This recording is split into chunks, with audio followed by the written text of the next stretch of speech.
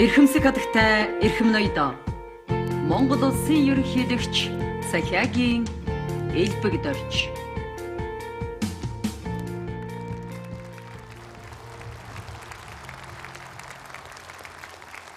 Сайн байцгаана уу? Та бүхэнд энэ үдшийн мэндийг хүргье. Өнөөдөр Монгол улсад эх орончдын өдрийг тэмдэглэж байгаа. Өнөөдөр бас Монгол улсад АСЕМ-ийн өдрийг тэмдэглэж байгаа. АСЕМ-ийн өдрийг тэмдэглэх тухай 2015 онд АСЕМ-ийн гишүүн орнуудын гадаад харилцааны сайд нар уулзахад ярилцаж ийм шийдвэр гаргасан байгаа. Тэгэхээр өнөөдөр та бүхэнд би эх орончдын өдрийн болон АСЕМ-ийн өдрийн халуун мэндийг хүргэж хамгийн сайн сайхныг хүсэн өрөөж мэндчилье. Энэ хоёр өдөр өнөөдөр давхцаж байгаа нь бас их тийм бэлэгдэлтэй гэж би хувьдаа бодож байгаа. Эх оронч байна гэдэг бол эх орныхоо нэр төрийг өндөрт гаргахад хувь нэмэр оруулна гэсэн үг. Эх оронч байна гэдэг бол эх орныхоо нэрийг, эх орныхоо жинг нэмэхэд хувь нэмэр оруулна гэсэн үг. Эх оронч байна гэдэг бол эх орныхоо сайн сайхан хөгжил дэвшилт хувь нэмэр оруулна гэсэн үг. Эх оронч байна гэдэг бол зүгээр л өөрийнхөө амьдралыг, өөрийнхөө гэр бүлийг, өөрийнхөө эргэн тойронд нөлөөтөө тэднийг одоо сайн хамт олон байд, сайн гэр бүл байхад нь туслана л гэсэн үг. Жирийн иргэний үүрэг бол энэ сайхан сэтгэлтэй, зөв сэтгэлтэй байхад энэ эх оронч хүний үйл ажиллагаа бол цаашаа цэгцрээд явчих юм аа гэж ингэж хэлж болох юм. Энэ АСЕМ-ийн өдөрт зориулсан энэ танилцуулга лекцийг хийхийн өмнө би ер нь АСЕМ гэдэг энэ одоо үйл ажиллагааны тухай монголчууд ярьж эхлээд түүнээс хойш АСЕМ-ийн 11-р дээд хэмжээний уулзалтыг манай нийслэл хотно авнаа гэдэг ийм дэлхийд даяар зарлагдсны дараагаар хүн бүрээс гарсан асуулт, гарч байгаа санал, бас дээрээс нь шүүмжлэл янз бүрийн зүйл байдаг. Энэ бүхнийг тоомлж ерөнхийд нь авсан байгаа. Тэгээд би тийм хоёр талын байдалтай өнөөдөр ярья гэж ингэж бодож байгаа. Асуултуудыг ерөнхийдөө тоомлоод өөрөө би бичээд авцсан. Тийм учраас асуулт тавиад хариулах байдлаар явъя гэж ингэж бодож байна. Тэгвэл хүмүүст илүү сонирхолтой, илүү мэдээлэлтэй, илүү одоо ойлгомжтой юм болох байхаа гэж ингэж бодож байна. За эхний ээлжинд АСЕМ гэж ер нь юу гэсэн үг вэ? АСЕМ гэдэг нэг дөрвөн хэсгэл харагдаад байдаг. Энэ ер нь юу гэсэн үг вэ гэдэг дээр тайлбар өгье гэж бодож байгаа. Ард талд энэ дээр АСЕМ-ийн одоо эмблем байж байгаа та бүхэн харж байгаа бах. AC гэж одоо латинаар байж байгаа тэр эмблем маань өөрөө Аз гэдэг үгийг тодорхойлж байгаа. И гэдэг нь Европ, тэгээ Им гэдэг нь митинг гэж уулзалт гэсэн юм утгатай. Тэгэхээр Аз Европын уулзалт л гэж ийм утгатай үг юм аа гэдгийг энд хэлхэн зөв бахаа гэж бодож байна.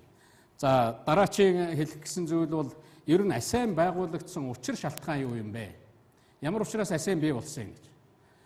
1990-ад оны эхээр дэлхийд хүйтэн дайн дуусч 20 дугаар зууны үйл явцыг тодорхойлж исэн дэлхийн нэг журам нэлээд өөрчлөлт орсон. Тэр үед улс орон бүхэн, төв улс бүхэн өөр өөрийнхөө байр суурийг тодорхойлж ярьж эхэлсэн. Тэгээ 1990-ад оны эхээр энэ тухай бас ярьж исэн. Аз Европ гээд хоёр төв байна. Хоёулаа хил залгаад оршиж байна.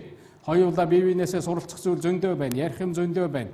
Ер нь Аз Европын хооронд нэг юм уулзалт хийвэл ямар вэ гэдэг.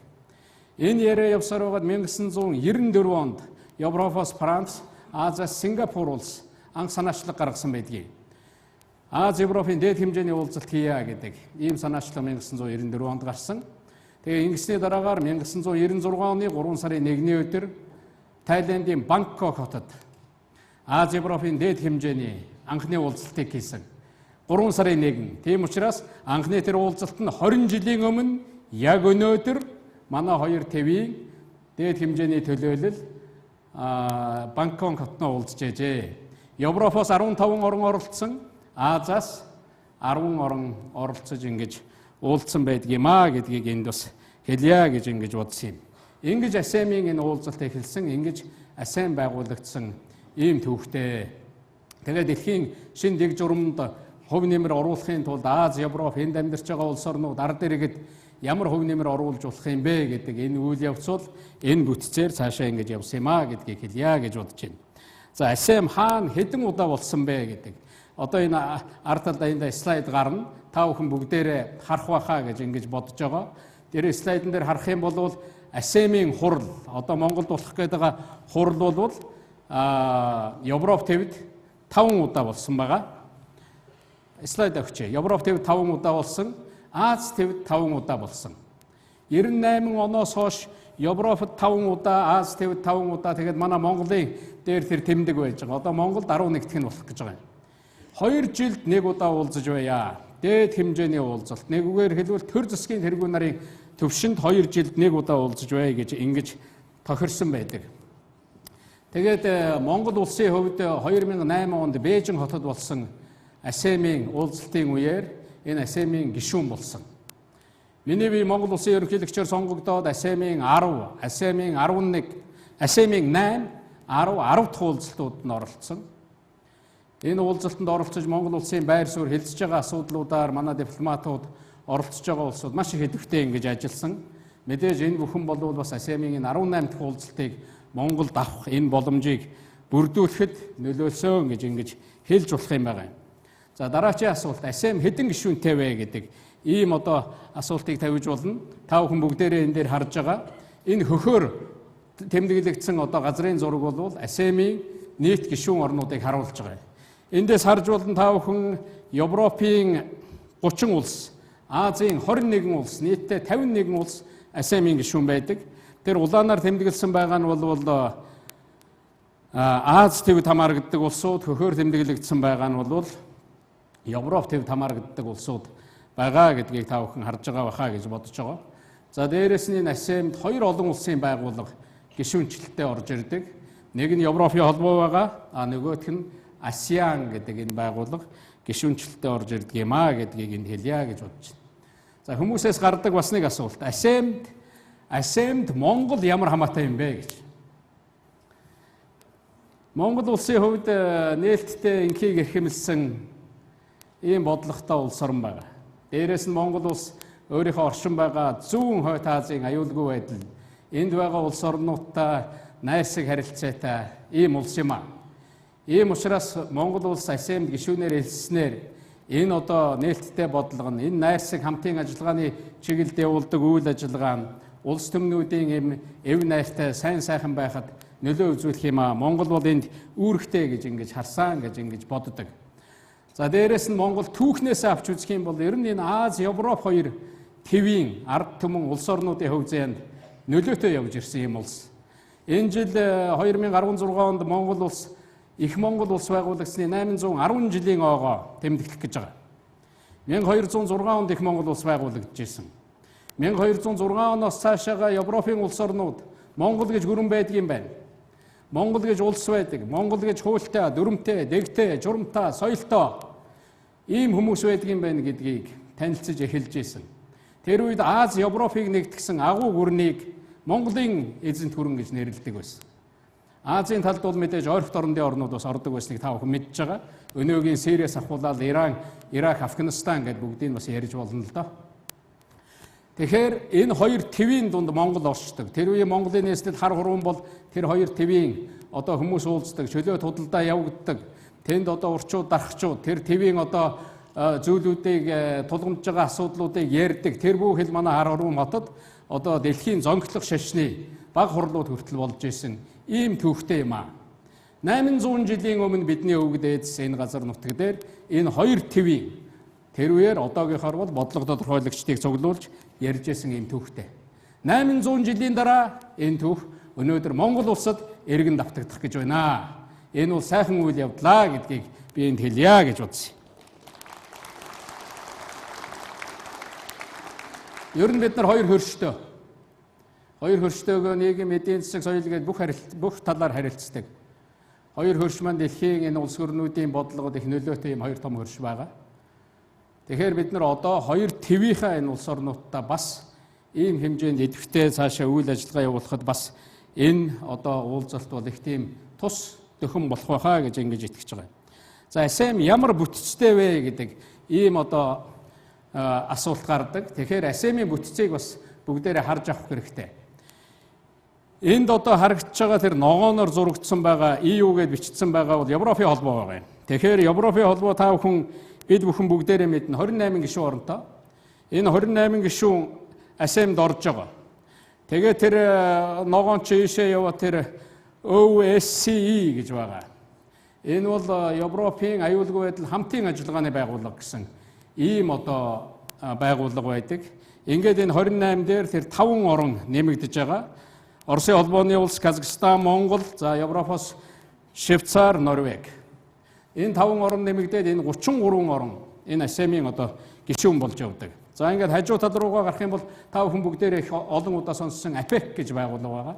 Энэ APEC бол Asia Pacific Economic Cooperation гэсэн ийм үгнээс гаралтай Аз номхон далайн эдийн засгийн хамтын ажиллагаа гэдэг нэртэй ийм байгууллага байгаамаа. За энэ байгууллага 13 гишүүнтэй 13 одоо гишүүдээс нь энд оролцдог. ASEAN гэдэг эндээс 18 орн оролцдог, 11 орн оролцдог байгаа. Association South East Asian Nations гэсэн ийм утгатай үг байгаа. Тэгэхээр та бүхэн бүгдээрээ сайн ойлгож байгаа. Тэр дор NESA гэж байгаа. Энэ бүс нутагт бол Монгол улс ордгийг. Энэ бол манай Азийн 3 хэсгийг төлөөлсөн ийм үг байгаа. North East South Asia гэж. Хойд, зүүн, өмнөд Аз гэсэн. За тэгээд энэ байгууллагууд бас энэ ASEAN-ийн үйл ажиллагаанд оролцохдоо бас зохион байгуулалтад оролцсноо. Европын холбоо бол өөрийн одоо даргалагчтай. Европын холбоог одоо даргалж байгаа улс нь бол Нидерланд байгаа. Монголд ирээд хурал хийхэд 7 сарын 1-ээс Словак улс авах гэж байгаа. За ASEAN-ыг Малайз даргалж исэн. Одоо Мянмар даргалж байгаа. За тэр NESA гэдэг байгууллагыг Монгол улс олон жил даргалсан байгаа. Одоо манайд хурал болоход Шинэ Зеланд дараагаар наашаага одоо хүрэлцэн ирэх юм аа. Тэгэхээр энэ ASEAN энэ бүтцээрээ дамжуулж бид уулзалтаа хийдэг, энэ бүтцээрээ дамжуулж төлөөллөө явуулдаг ийм учиртай юм аа гэдгийг бас хэлэх нь зөв байхаа гэж ингэж бодож байна. За ASEAN-ийн уулзалтыг ямар учраас улс төрийн олимп гэж нэрлэдэг юм бэ? Ер нь хэвлэл мэдээлэлээс харж байхад бас бичиж байгаа улсууд тэгж хэлдэг. Тэгэхээр эндээс бол маш тодорхой нэг зүйл харагдаж байгаа. Улс төрийн олимп гэж нэрлэдэг. Нэгдүгürt хэмжээ. Үнэхээр одоо хүрээн гэсэн үг. Дэлхийн нийт хүн амын 63% нь энэ ASEAN-ийн гишүүн орнуудад амьдарч байна. Аз, Европ төвд амьдарч байна. Дэлхийн нийт эдийн засгийн 58% нь энэ одоо ASEAN-ийн гишүүн орнуудад ногдож байгаа.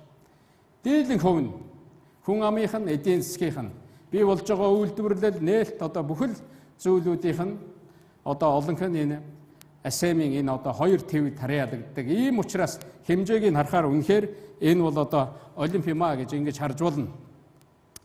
За дараачийн нэг чиглэл нь миний хэлэх гэсэн юм бол юу вэ гэхээр ер нь ASEAN-ийн өөрийнх нь явуулдаг үйл ажиллагаа. Үйл ажиллагаа нь асар өргөн, цар хүрээтэй. Би энд нэг зүйлийг бүр онцолж хэлэх гэсэн. ASEAN бол дэлхий дээр байгаа хэв загварт, нэг хэв загварт ихэнх одоо улс орон олон улсын байгууллагууд нэг хэв загвартай байдаг. Энэнд бол баригддаггүй. Ийм одоо онцлогтой. Үүгээрээ бол ASEAN-ийн үйл ажиллагаа бол их онцлог үйл ажиллагаа. Тэгэхээр одоо дараачийн миний ярих гэж байгаа сэдэв бол ASEAN-ийн үйл ажиллагааны онцлог юу вэ гэсэн энэ асуултанд хариулъя гэж бодсон юм. Би түрүүн хэлсэн албан бус хэв загварт баригддаггүй маа. Олон төрөл чиглэлийн үйл ажиллагаа явуулдаг. Өөр нэг нь ASEAN-ийн гишүүн орнууд дэлхийн хамгийн их олон хүнтэй оронч байна. Дэлхий дээр хамгийн өргөн одоо газар нутагтай оронч байна. Энд орохдоо энд оролцож байгаа хүмүүс төлөөлөгчд тухайн орныхаа нэг л төлөөлөл байдаг. Энэ жижиг орноос ирсэн байна, том орноос ирсэн байна, буурай орноос ирсэн байна, өндөр хөгжилтэй орноос ирсэн байна гэсэн ийм ойлголт байдаг. Тэгээд ASEAN-ийн өөрийнх нь бүтэц зохион байгуулалтын зохицуулалт нь бол их уян хатан байдаг. Дээрээс нь бас нэг юм ерөнхийлөгчөөс ахуулаад ерөнхий сайд тэр одоо яам засгийн газар, иргэд, парламент, ерөөсөө бизнес гэдэг бүх төвшний хамтын ажиллагааг ASEAN бол эрчимтэй явуулдаг ийм байгууллага гэдгийг энд бас хэлье гэж ингэж бодож байна. Өөр нэг ASEAN-ийн онцлог дээр би зүгээр нэмж хэлэх юм бол жишээлбэл Европын холбоо, Европын улс орнууд энэ одоо үйл ажиллагаагаа хэрхэн зохион байгуулж байна вэ гэдэг Азийн бид нарт их сонирн байгаа. Та бүхэн бүгдээр харж байгаа бох. Европын холбооны 28 улс нэг холбоонд нэгдээд одоо тэр Европын холбооны парламент гэж байгуулагдаад Европын холбооны Европын комисс гэж одоо засгийн газар нь бий болоод бүр ингээд Европын зөвлөл гээд бүрч өргөн хүрээтэй үйл ажиллагаа явуулдаг байгууллага бай. Нэг ийм байгууллагын хүрээнд, нэг ийм хүрээнд асуудлуудаа шийдэж ярилцдаг. Улс нь одоо өөрийнхөө гишүүнчлэлтэй, зарим нь бол нэгдсэн мөнгөнд нэмлэгтэй хүртэл явж байгаа. Энэ бол Европын ард түмэн ингэж асуудлаа шийдэж байна. Азад ийм бүтц байна уу? Азийг та нар хэрвээ судлах юм бол нэгдсэн үндэсний байгууллагын гишүүн гэсэн 48 орн Азад байдгийг. Бас Монгол улсаас нэг санаачлаг гарсан одон жил бид нар ярьж байгаад гаргасан санаачлаг, энэ санаачлагыг цаашаа үргэлжлүүлнэ гэж бодож байгаа. Энэ 48 орныг цуглаад ярьдаг нэг юм механизмтай болох юмсан гэж. Тэгээ бид нар энийг Азийн форум, Asia Forum гэж нэрлсэн. Монгол руу бол Азийн чуулган гэж ярьж байгаа. Аз яаж үйл ажиллагаа явуулж байгаа нэхэр нэг бол одоо газар зүүн байрлалаар хойд, өмнөд, баруун одоо Төв Аз гэх шиг ингэж явдаг. Нэг бол тодорхой салбараар одоо Азийн хөгжлийн банк ч гэдэм үү, Азийн дэд үтсийн хөгжлийн банк ч гэдэм үү, иймэрхүү чиглэлүүдээр салбараар явдаг. Яг бүхэлд нь энэ твийг нэгтгэсэн ийм одоо зохион байгуулалт бол байхгүй байгаа юм. Зүгээр энийг мэрэгжилтнүүдийн төвшөнд одоо хүмүүсийн төвшөнд наазах нь ярилцах юм боломж гараасаа гэсэн ийм бодол бол бас биднэрт байдаг юм аа гэж ингэж хэлье. Тийм учраас Азийн энэ бас үйл ажиллагаагаа ингэж явуулж байгаа давуу талч байж магадгүй. Манай Азийн онцлогчтэй. Улс орнууд нь хэдийгээр Аз ийм одоо ойролцоо царайтай хүмүүс байдаг боловч тэнд одоо түүхэн асуудлууд байна. Зөрөлдөө маргаан байна. Нэг ширээний хоёр талд суухад хэцүү тийм одоо улс орнууд хүртэл байдаг. Тийм учраас энэ бүхнийг хамтарч суулгаж ярилцдаг ийм механизм бол бас хэрэгтэй байж болох юм. Мэдээж эрхтэгч байх ёстой. Бие биенийхээ тусгаар тогтнол бие даасан байдлыг үргэлж хүндэтгэж байх ёстой. Энэ бол одоо гол зүйлээ. Тэгэхээр энэ бол бас Европын ард түмэнд сонирхолтой. Европын энэ аж амьдрал бүх юма зохицуулж байгаа нь бидэнд сонирхолтой. Дээрээс нь нүүб юм уу бусад улс оронтой харьцуулахад тийм олон төлөөлөлттэй биш. Ер нь 53 гишүүнтэй, 51 орон 2 байгууллага. Яг тэр нэг төлөөлөл нь ихч биш, багч биш, ерөнхийдөө таарч байгаа. Би бол нэг тийм 60 орноос хэтрээд бол хэрэггүй байж магадгүй гэж боддог. Монголд одоо хурал болоход бас тодорхой хэмжээний шинэ орон гишүүнээр элсэх тухай асуудал яригдах байх. Цаашаа мэдээж энэ дээр тодорхой шалгуурууд тавигдаж эхлэх байх гэж бодож байгаа. Их олон болоод ирэхээр нөгөө уулзалт нь бас уулзалт үр дүнтэй тийм уулзалт болж чадахгүй юм хандлагатай байдаг. Тэгээд энэний хамгийн гол онцлог бол албан бус. Ер нь олон улсын хуралд яваад очиход ерөнхийлөгч, ерөнхий сайд одоо тэр төр засгаа төлөөлж байгаа улсууд бүгдэнд нь нэг төлөвлөгөө байдаг. За би тэнд очихдоо энэ орны ерөнхийлөгч ирж байгаа юм байна, нэг уулзаад авъя. Энэ орны ерөнхий сайд ирж байгаа юм байна, бид нар нэг ийм ярих асуудал байгаа. Тэгээ хоёр талаараа яриад бүтэхгүй бол ерөөсөө тааралдаа шууд гар бариад ярьж эхэлдэг. Тэгээд Монголын тухай за нэг ийм асуудал байна, нэг ийм зүйл байна гэж ингэж ярьж эхэлдэг. Яг энэгээрээ болвол ямар нэгэн цаас гаргадаг, өндөр эндэр дээрээс үг хэлдэг тийм хурал бол төдийлөн үр дүнтэй байж чаддаггүй. Дэлхий дээр ямар ч орны ерөнхийлөгч, ямар ч хүн байсан үнэхээр тэр нэг ярих ёстой улстайгаа, ярих ёстой улсынхаа төлөөлөлтөй юмаа яриад авах юмсан. Нүүр тулаад нэг үг хэлээ солилцчих юмсан. Наад захын шинээр ерөнхийлөгч болсон юм гин, шинээр ерөнхий сайд болсон юм гин тэр хүнтэй гар барьчих юмсан гэсэн. Ийм одоо хандлага байдаг. Энэнийг бол АСЕАН бүрэн хангаж өгдөг. Үүгээрээ л АСЕАН-ийн онцлог байна.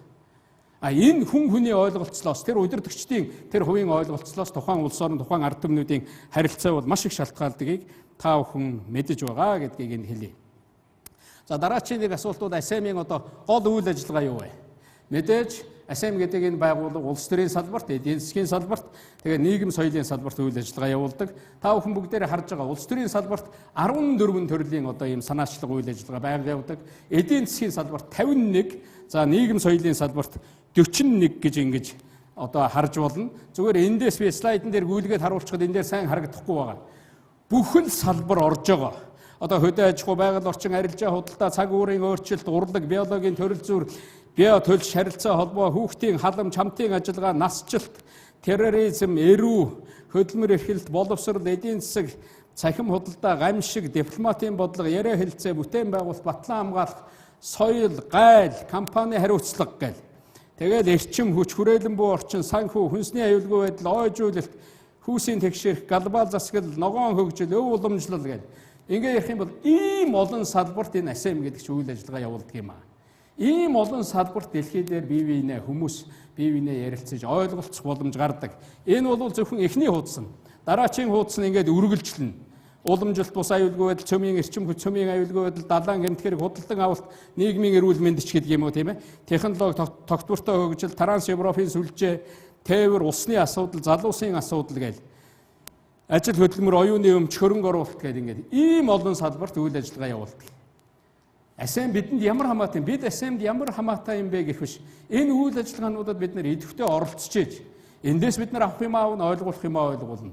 Ерөөсөө энэ дэлхий гэдэг чинь бидний нэг одоо гэр бүл юм аа. Дэлхий дээр амьдарч байгаа хүн төрлөختөн нэг гэр бүл юм. Бид нар одоо өөр өнгө зөрчтэй, өөр улс оронд харьяалагддаг, энэ зохион байгуулалтанд харьяалагддаг.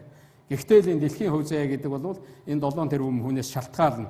Тэрэн дотроо манай 2 твийн одоо улс орнуудын үйл ажиллагаанаас шалтгаална. Дараагийн нэг юм бол энэ цувралаар болдог. Одоо энэ цувралаар болдог арга хэмжээгээ та нар харахад бараг харахын аргагүй ийм олон арга хэмжээ байгаа.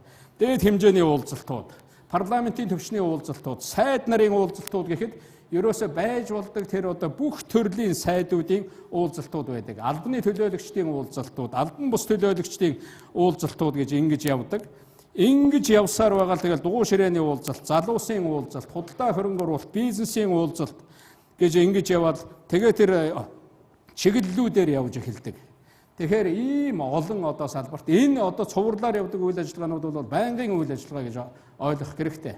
Энд манай бизнесийн, энд манай залуучууд, энд манай ард иргэд олон улсын бодлогыг сонирхдаг. Үнэхээр нэг нутгийнхаа хилээс гараад дэлхийн хэмжээнд, наад зах нь бүс нутгийнхаа хэмжээнд, сумынхаа хүрээнээс гараад, аймгийнхаа хүрээнээс гараад сэтгэхийн ингэж үйл ажиллагаа явуулъя гэж байгаа хүмүүс бол энэ л орж явах хэрэгтэй. Энд орж иж чамаа хүн мэддэг, энд орж иж ийм төлөөлөлттэй, ийм үзэл бодолтой, ийм байр суурьтай хүн гэдгийг чинь бол харж явах болно. Үүгээрээ бол их чухал үйл ажиллагаа гэдгийг бас хэлье гэж ингэж бодсон юм. За дараагийн нэг асуулт бол би түрүүн нэг асуулт асуусан, одоо нөгөө талаас нь асууя. Монголд АСЕМ ямар хамаатай юм бэ? Одоо Монгол улсад ямар ашигтай ирнэ? АСЕМ гэж ингэж яриад байгаа энэ ер нь одоо ямар хамааралтай юм бэ? Би энд нэг түүхэн одоо гэж хэлж болохоор баримт авч ирсэн байгаа. Энэнийг би бас та нарт харуулъя гэж бодож байна. 2005 онд би Монгол Улсын ерөнхий сайдаар ажиллаж байсан. Тэр үед л АСЕМ-ийн тухай 2004 онд томилогдсон. 2004 оны үед манай гадаад суудаг элчин сайдууд мэдээлж ирсэн. За АСЕМ гэж нэг ийм байгууллага бий болж байгаа. 2005 онд байж хат энэ тухай яриад ер нь энэ байгууллага руу Монгол орох хэрэгтэй шүү гэв. Тэрний дараа 2006 онд Финляндийн нийслэл Хельсинки хотноо ийм сэдвтэй олон улсын хурал болж ирсэн. Зарим нь итгэхгүй байх. Одоо энэ гарсан энэ тохимол нь энэ миний гарт байж байна. Чингис хаанаас АСЕМ хүртэл гэж. Чингис хаанаас. Үнэхээр Монгол бол энэ АСЕМ гэдэг зүйлд чинь хамааралтай юм а бүр түүхийн үүднээс 800 жилийн хамааралтай. Бид нар шинэ улсууд биш ээ гэдгийг харуулж байгаа. Манай судлаачид, манай дипломатууд очиж мөн одоо олон улсын эрдэмтэд очиж ингэж ярьж ирсэн. Тэр үед бид нар 800 жилийнхаа их гүрэн байгууллагын 800 жилийн хавыг тэмдэглэж ирсэн. Тэр ойн бас нэгэн одоо арга хэмжээ болж ирснийг энд бол дурдахад хэрэгтэй болов уу гэж ингэж бодож байгаа. За ингээд өнгөрсөн өнөөдөр ирээдүй гэдээ ингээд ярих юм бол Монголд бол АСЕМ бол туйлын чухал хамааралтай. Дээрээс нь хоёр дахь миний нэг хэлэх гэсэн зүйл бол ер нь Монгол улсын газар зүүн байрлалаасаа болоод дэлхийн хүн төрлөختний олон улсын энэ үйл ажиллагаанд бид нар байнга оролцоод чаддаггүй. Үнэхээр одоо зарим улсууд хэлдэг хамгийн алс, хамгийн төгжигдмэл улс гэж. Тийм шүү дээ. Энэ хоёр том, нэг нь одоо дэлхийн хамгийн том газар нутагтай. Нөгөөх нь маш том газар нутагтай, дээрээс нь дэлхийн хамгийн хүн ам ихтэй. Хүн яваад ирэх нь байтугай, олон улсын байгууллага яваад ирэх нь байтугай, бараг байгалийн салхи яваад ирэхэд, байгалийн одоо тэр үйл явц яваад ирэхэд хүчин тамирдж орж ирдэг. Замдаа ураалын нуруу давалгүй тэр бороо нороо цасан тогтоод ингээд явдаг. Ийм газар байхгүй. Тийм учраас бид нар нэгдсэн үндэсний байгууллагын гишүүн болсон. Одоо та нар босгоод ингээд асуух юм бол голдуу эдийн засгийн байгууллагуудын нэрийг хэлэх байх. Монгол Дэлхийн худалдааны байгууллагын гишүүн, Монгол Азийн хөгжлийн банкны гишүүн, Монгол олон улсын валютын сангийн гишүүн, Монгол Дэлхийн банкны гишүүн гэл. Тэгээд цаашаа юу вэ? Тэгээд нүүбийн дараа миний бодлоор бол улс төр эдийн засгийн олон салбарт хамтарч ажиллахад нэг гол байгууллага бол АСЕМ болж өөрж. Сая та бүхэн миний танилцуулгаас ямар өргөн хүрээнд үйл ажиллагаа явуулдгийг харлаа. Тэгэхээр Аз Европын энэ үйл ажиллагаанд Аз Европ хоёр твийн яг уулзвар дээр нь яг дунд нь байгаа Монгол улсын хувьд бол энэ үнэхээр одоо чухал байгууллага. Бид нар ингэж хаягдаж үлдэх ёсгүй. Монголыг дэлхийн мухар гэж ингэж үзэх ёсгүй. Монголоос дэлхийд хамаардаг юм байх ёстой. Бидний үйл ажиллагаа, бидний дуу хоолой хаа нэгэн газар дутагдчихэдэг байх ёстой.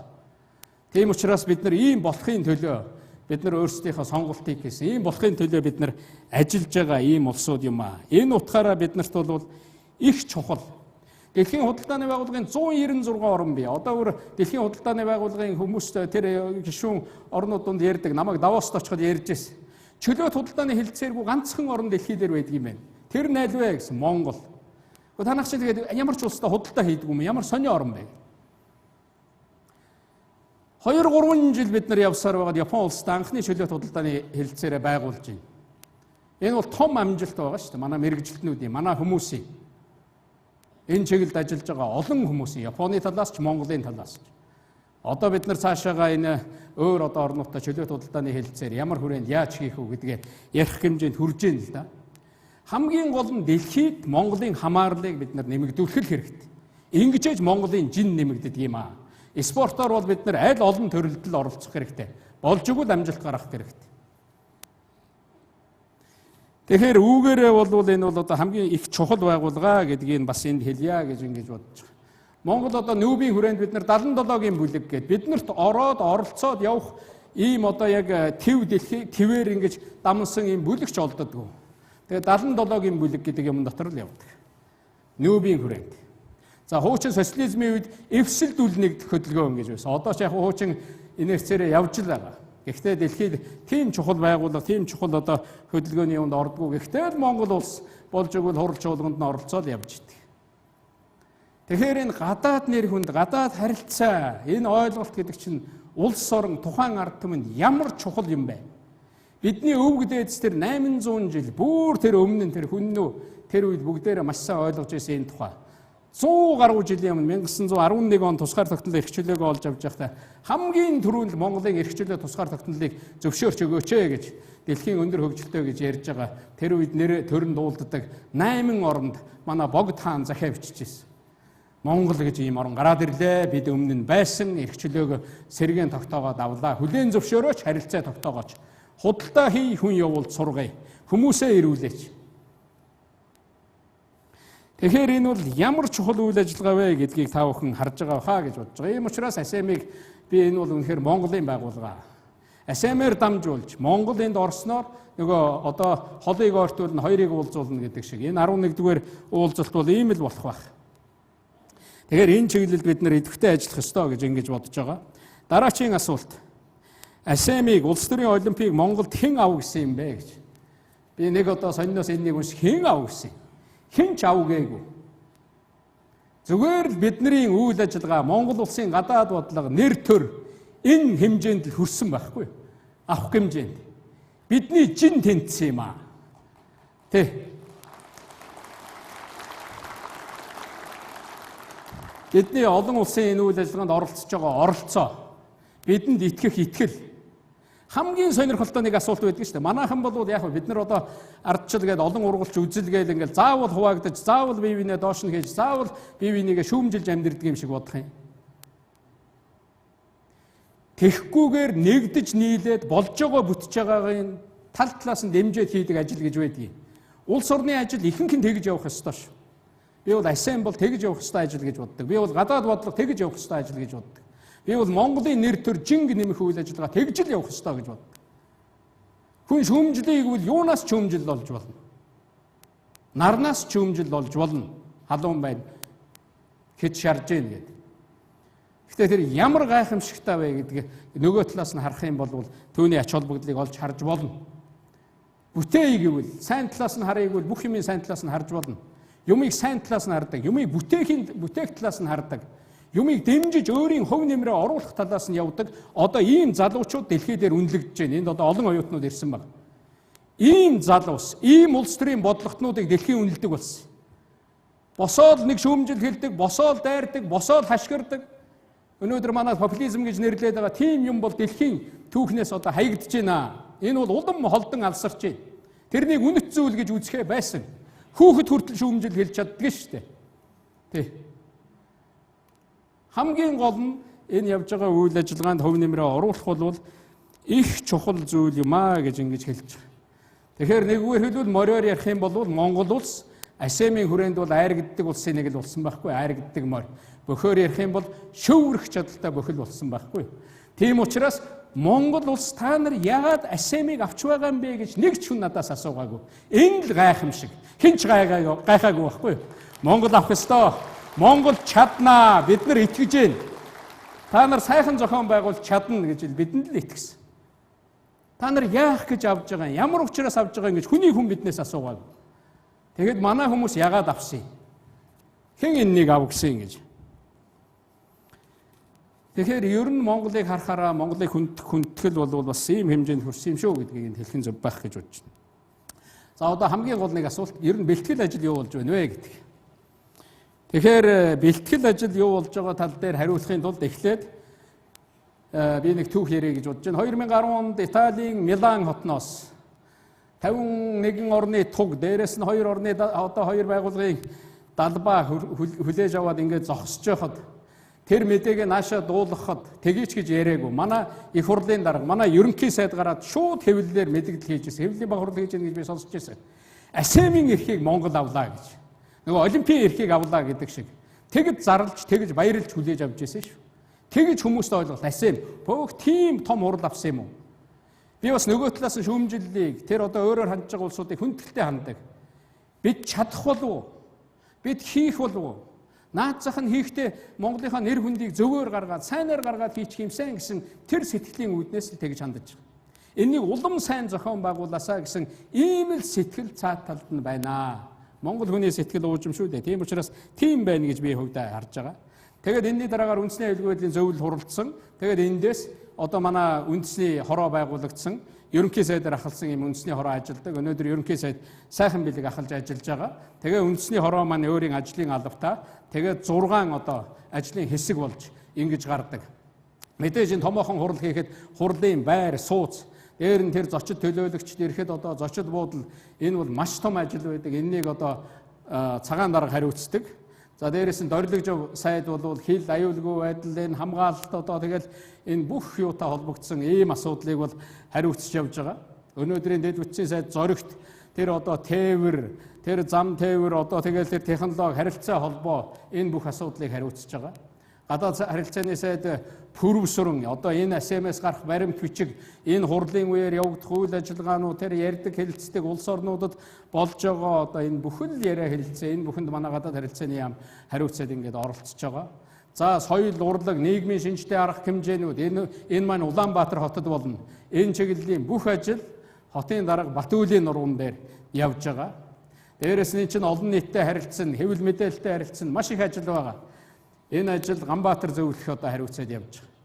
Хэрвээ энд ийм чиглэлээр би ажиллая, ийм чиглэлээр би хөв нэмрээ оруулмаар байна. Одоо л нэг Монгол хүн болсных энэ үйл ажиллагаанд нэг өчүүхэн ч болов хөв нэмрээ оруулъя. Одоо хариу нэхээгүй тус гэдэг шиг тусалъя гэж бодож байгаа бол энэ 6 ажлын хэсэг рүү та бүхэн холбоо барихад бол хангалттай гэж ингэж бодож байна. Ингэж ажиллах ёстой болов уу гэж бодож байгаа. Дээрээс нь бас нэг юмыг энд нэмж хэлэхэд энэ ASEM гэдэг байгууллага маань өөрийн нарийн бичгийн дарга нарын газаргүй юм аа.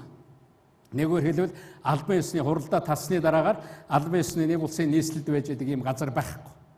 Тийм учраас нөгөө даргалж байгаа улс орн энэнийг одоо хүлээж авч байгаа улс орны нуруунд дээр гол ачаа нь ирдэг юм аа. Тэгэхээр бид бол онцгой анхаарах ёстой. Бид нар одоо чаднаа монголчууд энэнийг хийх юм чадвартай юм улс орн гэж би хувьдаа ард түмэндээ энд одоо байгаа нийт хүмүүстэй итгэдэг юм аа. Дараагийн нэг асуулт. За зочдоо яаж ухтаж авах гэж байна? Бэлэн байна уу та нар гэж. Ер нь асуулт асуух шүүмжлэхийн оронд би юу хийх вэ? Чи бэлэн үү гэж асуухын тулд одоо энэнийг бэлэн болгоход би яаж оролцох вэ гэж ингэж асууж явах юм бол би хувьдаа баярлна. Ер нь миний нэг хариултууд байгаагаараа л ухтаж авна. Бид нар байгаагаараа л байна. Ер нь айлч гэсэн та нар айл гэж бодлоо. Одоо цагаан сараар бүгдээрээ бие биендээ ордог үсттэй. Цагаан сараар орох юм байна. Аливын хөшгөө угаая, аливын шалаа цэвэрлэе, аливын өлгүүр маань ямар янзтай байгаа вүлээ гэж наацах нь гэрээ нэг жоохон одоо тоос шороог нь арчих гэж гүйдэг. Эрэхтэн нөгөө буузаа яасан бэ гэж 7-8 хоногийн өмнөөс гаргаад нөгөө буузаа хөлдөөж хэлдэг үстэй. Тэгэл хүнээ тоолол за энэ жил одоо 70 хүн ирсэн, хойдон жил одоо 200 ирж магадгүй. Манад бол 500 гаруй хүн ирсэн. Яг иймэрхүү маягаар л бид нар зохион байгуулалт хийдэг шүү дээ. Ингэж л ухтаж авдаг, хоол ундаа боддог. Юугаа үзүүлж харуулах вэ? Тэр хүмүүс бас ороод ирнэ. За монголчуудаа Монгол айлдаа зочлоход нэг тийм байдаг гэж. Одоо Монгол гэдэгт анх удаа ирж үзэж байгаа. Монголд очих юмсан гэж бодож ийсэн. Тэр хүмүүс ирлээ бид юугаа үзүүлэх вэ? Монголд үзүүлэх юм бол хангалттай. Монголын соёл гэдэг бол гайхамшиг. Ерөөсөө Монгол үндэстэн гэдэг бол үүгээрээ ялгардаг. Агуу их соёлтой, агуу их уламжлалтай, агуу их түүхтэй, агуу их эрхчлөөтэй. Ийм боломжтой орн байхгүй. Бид энийгээ л харуулна. Бид байгаагаараа л ухтана. Бид хүмүүсээ ухтаж авна. Бид боломжтой тэр газруудаа байрлуулна. Бид тэр хурлын зохион байгуулахын төлөө явна. Тэр хурлын дундуур тэр хоол унд одоо тэр бүх чиглэлийнхээ үйл ажиллагаан дээр бид нар онцгой анхаарах ёстой. Аюулгүй байдал янз бүрийн зүйл байдаг. Үзүүлбэр тэр хувцас сунар одоо үзүүлдэг. Тэгээд нөгөө концерт дуу, ардын урлаг бид нар юу чаддгүй. Нөгөө л морь унуулдаг, нөгөө л тэмээ унуулдаг. Нөгөө л айраг уулгадаг, нөгөө л нэг сайхан, нөгөө л нэг монголчуудын дурладаг. Бид ягаад юмд дурладгийг? Хүн л дурладаг юмд бид дурладаг л байхгүй. Хүн сайхан гэж үздэг юм л бид сайхан гэж үздэг. Тийм учраас одоо байгаагаараа л ухтаж авъя. Гэхдээ л АСЕМ-ийг зохион байгуулна гэдэг бол сая одоо тэр ажлын хэсгийн мэргэжилтэд ирээд явсан ш дарга нь. Энэ бол сорилт шүү гэж. Аль ч оронд сорилт болдго юм шүү. Гэхдээ хамтарч ажиллана гэж. Дэм дэмэндээ, дээс эрчиндээ гэж үг байдаг да. Тийм учраас би бол энэ чиглэлд бол ажиллаж болох байхаа. Шийдвэрлэх шаардлагатай хүндрэлтэй хэцүү асуудлууд бий. Эдийн засгийн хүндрэл, санхүүгийн хүндрэл, ямар хүнд нөхцөлд бас байгаа вэ бид нар сайн мэдж байгаа. Энэ тухай дараагийн асуултанд би хариулна. Дараагийн нэг гардаг асуулт бол иргэд байгууллага одоо олон нийтийн зүгээс оролцъё гэвэл ер нь яах вэ гэж. Энд би нэг зүйлийг онцолж хэлье гэж бодсон. Энэ АСЕМ-ийн арга хэмжээ бол Монгол улсад 100 жилд нэг удаа болох арга хэмжээ шүү. Ягаад ингэж хэлж байгаа нэхээр 51 оронтой учраас 2 жил тутам гишүүн орнуудад тойроод хийхээр яах вэ? 100 жилийн дараа л Монголын дараачийн үе АСЕМ-ийн хурлыг авах байх. Ийм хариуцлагатай 100 жилд нэг болох гэж байгаа энэ арга хэмжээг бид нар хүлээж авч байгаа. Тийм учраас энэ бол том хариуцлага юмаа гэж ингэж л бодож байгаа. Энд одоо оюутан залуучууд хүмүүс байгаа. Би ийм сайн хэлтэй. Би ийм олон хэл мэднэ. Би ийм чадвартай. Бүртгүүлэх хэрэгтэй манай залуучууд. Оюутнууд бүртгүүлээд эхэлсэн сайн байна. Би тэр улсууд чинь орчуулагч гээе. Би тэр улсуудыг чинь дагуулж явъя. Хөдөө явуулах юм бол би тийм газар аваач.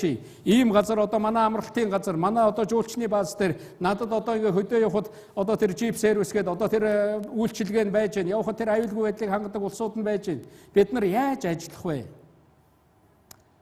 Магадгүй энэ үйл ажиллагаа бас олон хүмүүс оролцож байгаа учраас зарим нь за энэ боломжтой, за энэ дээр бол болно, за энэ дээр асуудал байгаа гэдэг ингээ та бүхэнтэй ярилцах юм зүйлүүд гарах байх л да. Тэгэхээр энд хамгийн гол одоо бидний тулгуурлах юм бол манай олон нийт байгаа. Олон нийт сайн дурынхан. Дараачих нь манай бизнесийнхэн байгаа. Мэдээж манай төрийн байгууллага байгаа. Энэ гурван тулгуур баган дээр л бид нэр тулгуурлаж одоо ажиллаа хийндэ гэж бодож байгаа. Манай хэвлэл мэдээллийнхэн АСЕМ-д очоод тэр эрхийг авч яхад намайг дагаж явж байсан хэвлэлийн сэтгүүлчид хэлэх үгээ олохгүйсэн. Ямар сайхан юм бэ? Тэр заал дүүрэн 600 гаруй сэтгүүлчдийн өмнө гараад Монгол улс ингээд авлаа гэдэг ингээд мэдэгдэл хийгээд алга ташуулаад Монголд ирээрээ бид нар ийм соёлтой, ийм боломжтой орн шүү гэд ингээд хэлэх чинь ямар гоё байдаг юм бэ? Тэр сэтгэл мэдээж Монгол улсад ямар нэгэн маягаар л тусал төдийч гэсэн мэдрэгдсэн л байх гэж бодож байна. Тэгээ ирсний дараа манай хэвлэл мэдээллийнх нь нийлээд АСЕМ-д хамтдаа гэдэг үрээ дэвшүүлээл ерөөсөө бид нарын АСЕМ-ийн үйл ажиллагаа сурталчилгын төлөө явъя. Энэ дээр хамтарч ажиллая гэж бүх чиглэлээр жишээлбэл ажиллаж байгаа. Би энд нь бол баярлж байгаа. Манай одоо ялангуяа технологийн чиглэлийн компаниуд бол маш их идэвхтэй ажиллаж байгаа. Би одоо заримын нэрийг хэлж болно. Заримын нэрийг магадгүй одоо энд би бичиж аваагүй ч байж магадгүй. GEMNet гэж байгаа, Sky гэж байгаа, IT Zone гэж байгаа, Sound of Mongolia, ISATCOM, Call Pro гэдэг одоо энэгээр Facebook, Twitter-ээр миний яриа шууд дамжиж байгаа. Энийг дамжуулж байгаа энэ залуучууд.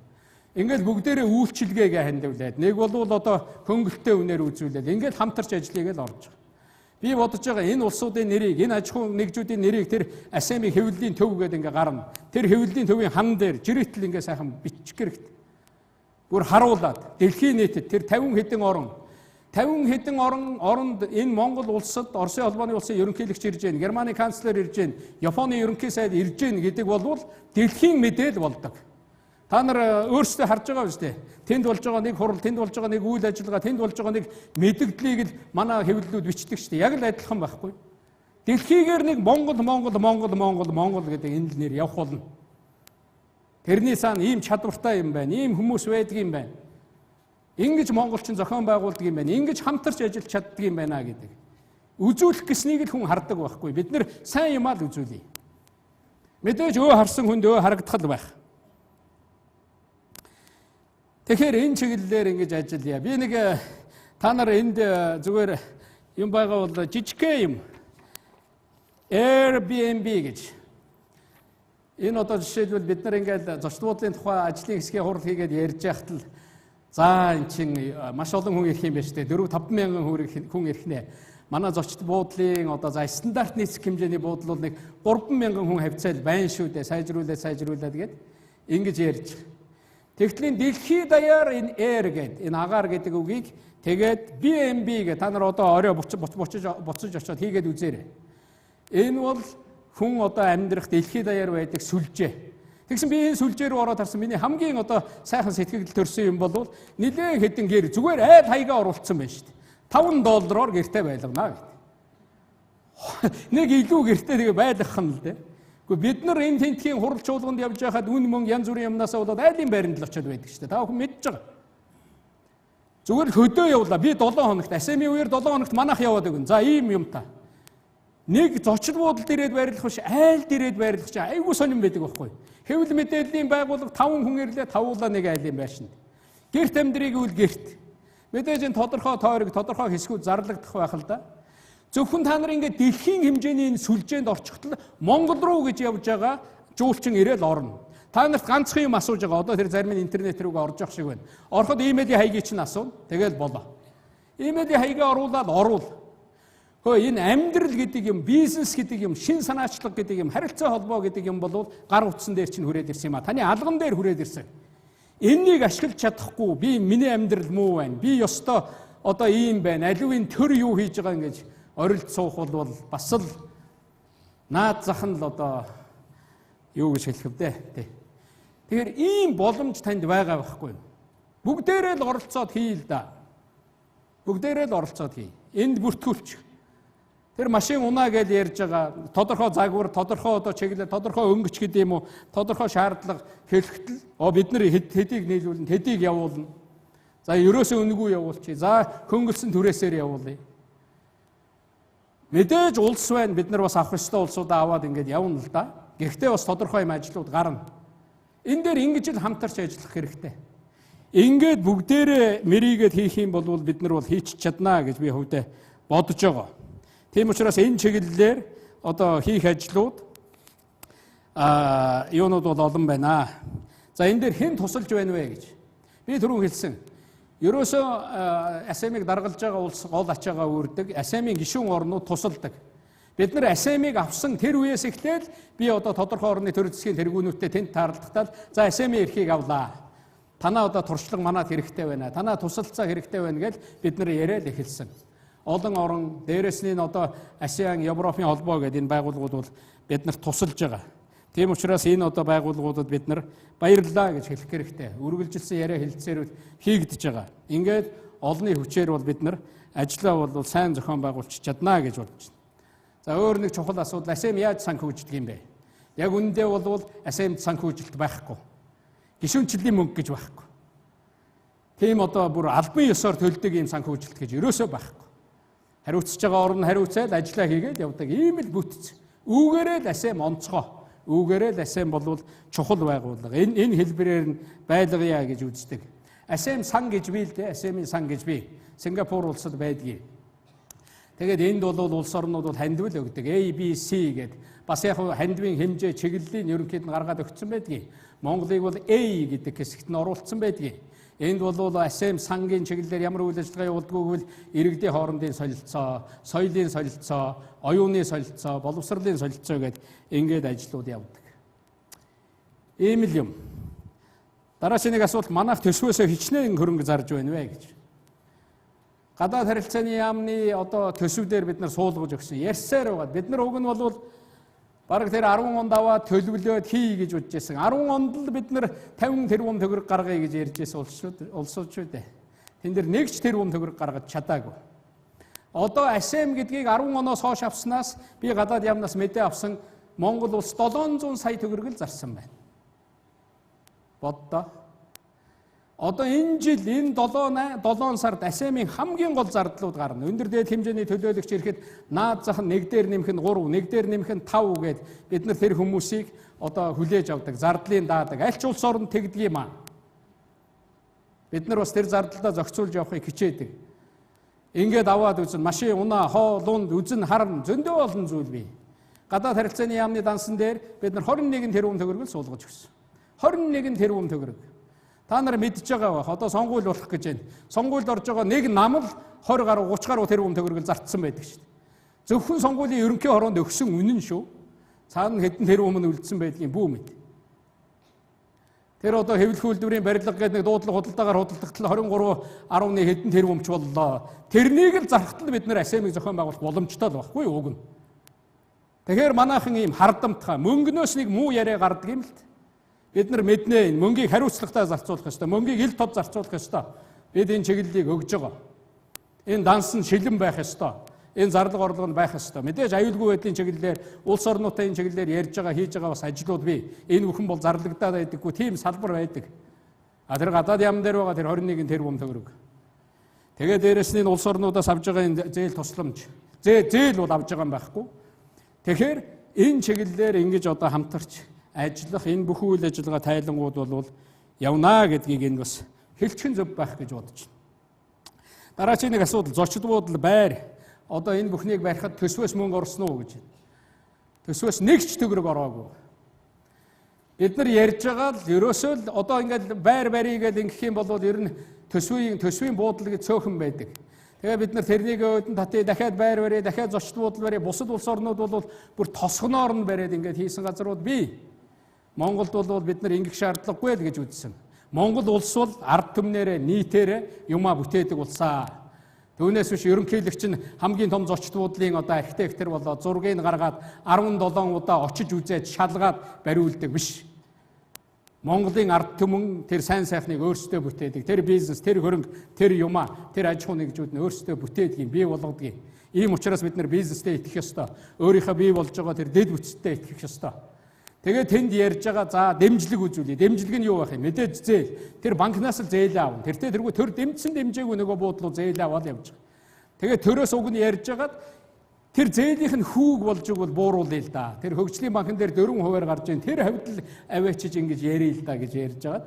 Тэгээд нөгөө банкнууд нь зээл өгөх гээд арилжааны банкнууд нь яриад эхэлдэг. Тэгтээ 4%-аар биш нөгөө эрсдлээ тооцоод нөгөө юмнуудаа тооцоод ирэхээр тэр нь 3 дахин нэмэгдсэн. Одоо энэ зочид буудлуудад орж байгаа энэ автсан байгаа энэ буудлуудын тэр нэг цөөхөн төгрөг тэр бол зөвхөн зээл буцааж төлнө бүгдийг. Тэр банк тэр одоо харилцагчийн асуудал. Тэр хүмүүс нэмэгдэл ачаал үрж. За танах ийм хэмжээнд хүний чинь сурахад бид нар туслая. Хүн амьтын сурахад хөдөлмөрийн яамн дээр бүртгэж аваад бас энэ ажлууд нь явж байгаа л да.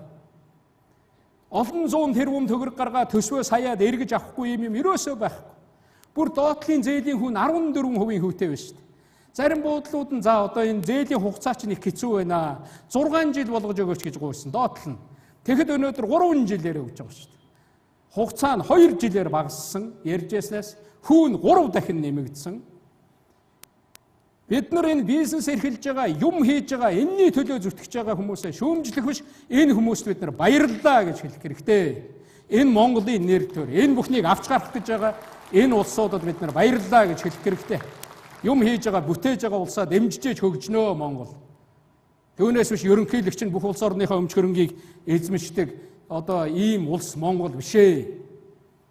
Манайх бол зүгээр л нэг айл, би бол зүгээр л нэг иргэн. Ерөнхийлөгч гэдэг албан тушаалтай. Ингэж ажиллана. Тийм учраас энэ чиглэлээр бид нар ажиллаж байгаа шүү гэдгийг бас хэлье гэж бодсон. Тэгээ үнэхээр энэ чиглэлд хамтарч ажиллаж энэ ажлуудын ачааны хөндийг үүрч байгаа энэ улсууд бол одоо бид нар талархлын үгээ хэлэхээс л өөр аргагүй юм аа гэж ингэж бодож байна. За удахгүй Монголд АСЕМ-ийн ямар арга хэмжээнүүд болох вэ гэдэг дээр би бас нэг товчхон хариулъя гэж ингэж бодож байгаа. АСЕМ гэдэг инхээр одоо өмнө нь бол зөндөө олон уулзалт арга хэмжээнүүд гадаад дотоодд болцсон байгаа. Одоо зөвхөн энэ цаг мөчөөс хоошоо болохыг би харуулж байгаа шүү. Та бүхэн харж байгаа байх. Аз Европын парламентын түншлэл энэ 4 сарын 21-ээс 22-нд болно. Энэ АСЕМ-ийн парламентын одоо гишүүн улс орны гишүүн парламентийнхан ирнэ. Манай хойд хөршид бас парламентын уулзалтаа гэж зарлагдсан байна лээ. Тэгээд тэнд байгаа төлөөлөгчид бас Монгол руу ирэх болов уу гэж бид нар ингэж харж байгаа.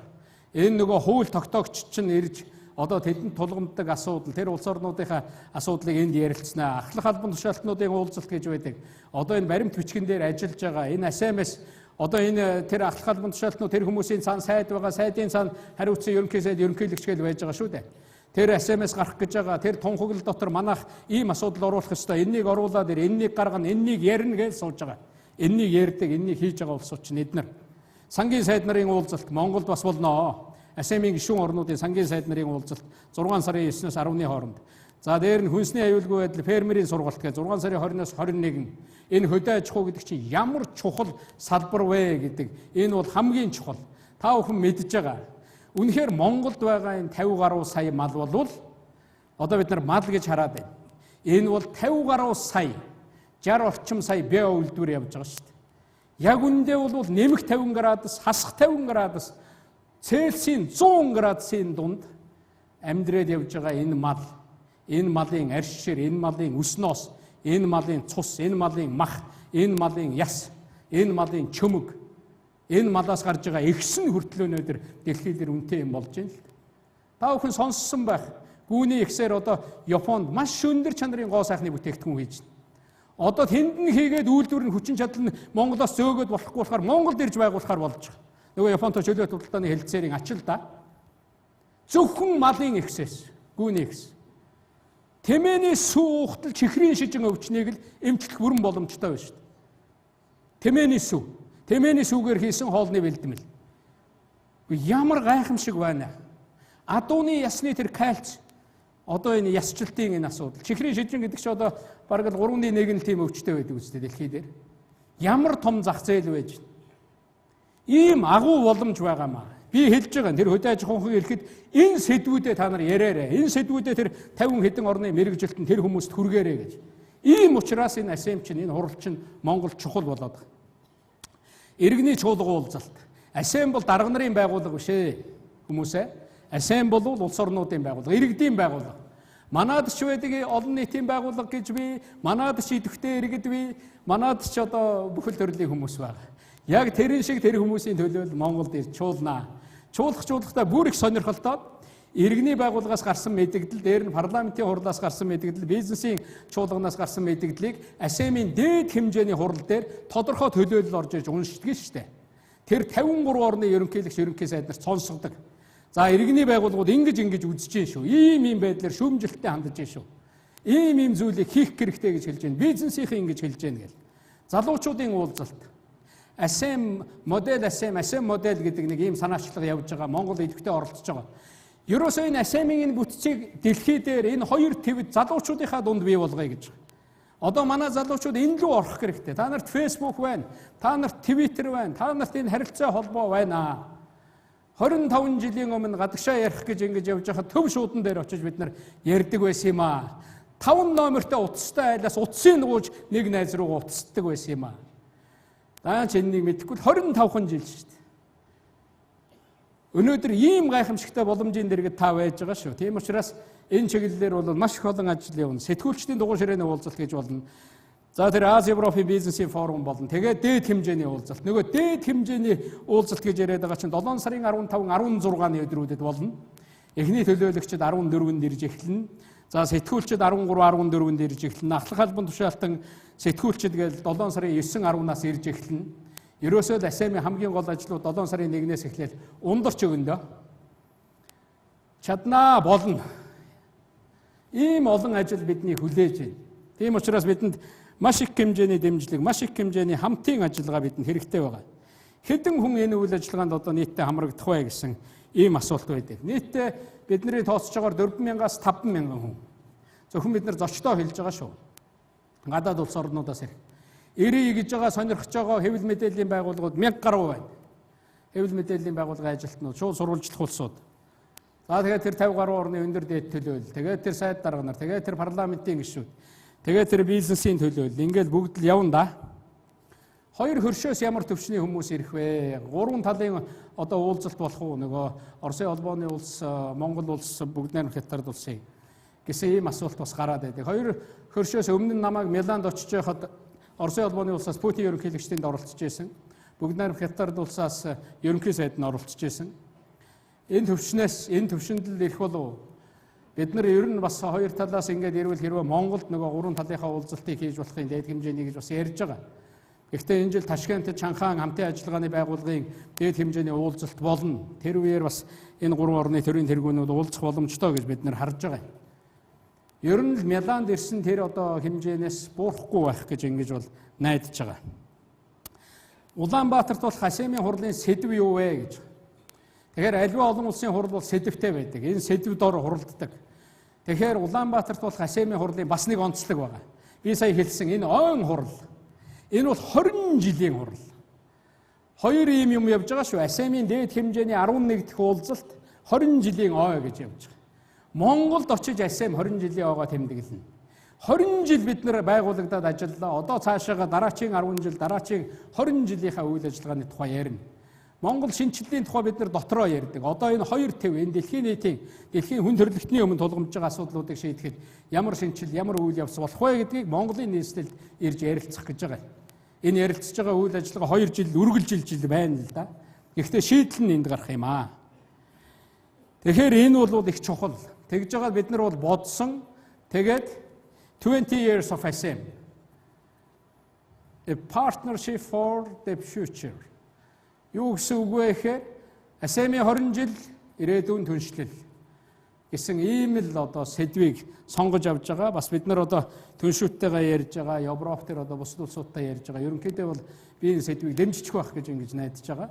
Манай энэ сэдв бол боломжтой бүх одоо асуудлыг хамарсан ийм сэдвэ гэж ингэж харж байгаа. За энэ хурлаас ямар баримт бичих гарах юм бэ гэж. За даргын мэдэгдэл гэж гардаг. Монгол улс бол дарга. Тийм учраас даргын мэдэгдэл гэж гарна. ХАСЭМ гэдэг энэ байгууллагыг хүлээж аваад тэр туг одоо тэр бүх юмыг хүлээж авснаас хоошоо Монгол юу хэв, ямар үйл ажиллагаа явуулав, хаана ямар хурал уулзалтууд болов, ямар шийдвэр гарав гэдэг бүхэл юм ярина бид нар. Дараа нь хамгийн чухал баримт бичиг 20 жилд гарах гэж байгаа баримт бичиг. Дараачийн ХАСЭМ-ийн тэр үйл ажиллагаа хэдийн зорилгыг тодорхойлох гэж байгаа баримт бичиг. Тэр бол Улаанбаатарын тунхаглал гэдэг нэртэй гарнаа. Улаанбаатарын тунхаглал. Манай улсын нийслэлийн нэрээр гарах юм. Тэнд бол нөгөө бүх орон тавьж байгаа асуудал, ярьж байгаа зүйл нь орж ирэх юм аа гэдгийг энд хэлье. Ийм баримт бичих гарнаа. Маргаантай хүндрэлтэй асуудлууд бий юу гэж. Улс орнуудын хооронд байтугай айл гэртэж байдаг. Асуудлууд байдаг. Аяг тавг хүртэл хангирж ангир дуугардаг. Тэгэхээр асуудал бий. Одоо та нар ч мэдж байгаа дэлхийн нийтэд ямар асуудал, ямар хүндрэлтэй асуудлууд тулгамдж байгаа. Энэ чиглэлүүдээр бид нар яриа хэлцэл гарна. Манай бүс нутагт Европын хэмжээнд маш тодорхой асуудлууд байгаа. Тэр асуудлуудыг нэг яриад авах юмсан. Хоёр талаасаа мэдгдэл хийгээл яваад байна. Монголд Улаанбаатарт уулзаад нэг ярилцсан даа гэж төлөвлөж байгаа. Энэ чиглэлээр манай дипломатууд, энэ чиглэлээр ажил хариуцсан хүмүүс ажиллаж байгаа. Хэнийгээ урих уу, хэнтэйгээ уулзуулах уу, тэр бүх үйл ажиллагааг даргалагч орны хувьд, дарга орны хувьд Монгол улс шийдэж байгаа. Энэ бол дахиад Монгол улсын асар их том боломж, Монгол улсын бусдтай үзүүлж байгаа асар том үйлчилгээ, их хүндэтгэл хамтын ажиллагаа байгаамаа. Тэгэхээр энэ чиглэлд бид нар ажиллаж байгаа. Энэ чиглэлийн төлөвлөгөөнүүд гараад ингээд яригдээд явж байгаа гэдгийг хэлье гэж бодъё. Баримт бичигт Монголоос юу санал болгож байна вэ гэж. Тэгэхээр баримт бичигт Монголоос санал болгож байгаа юм бол мэдээж олон байгаа.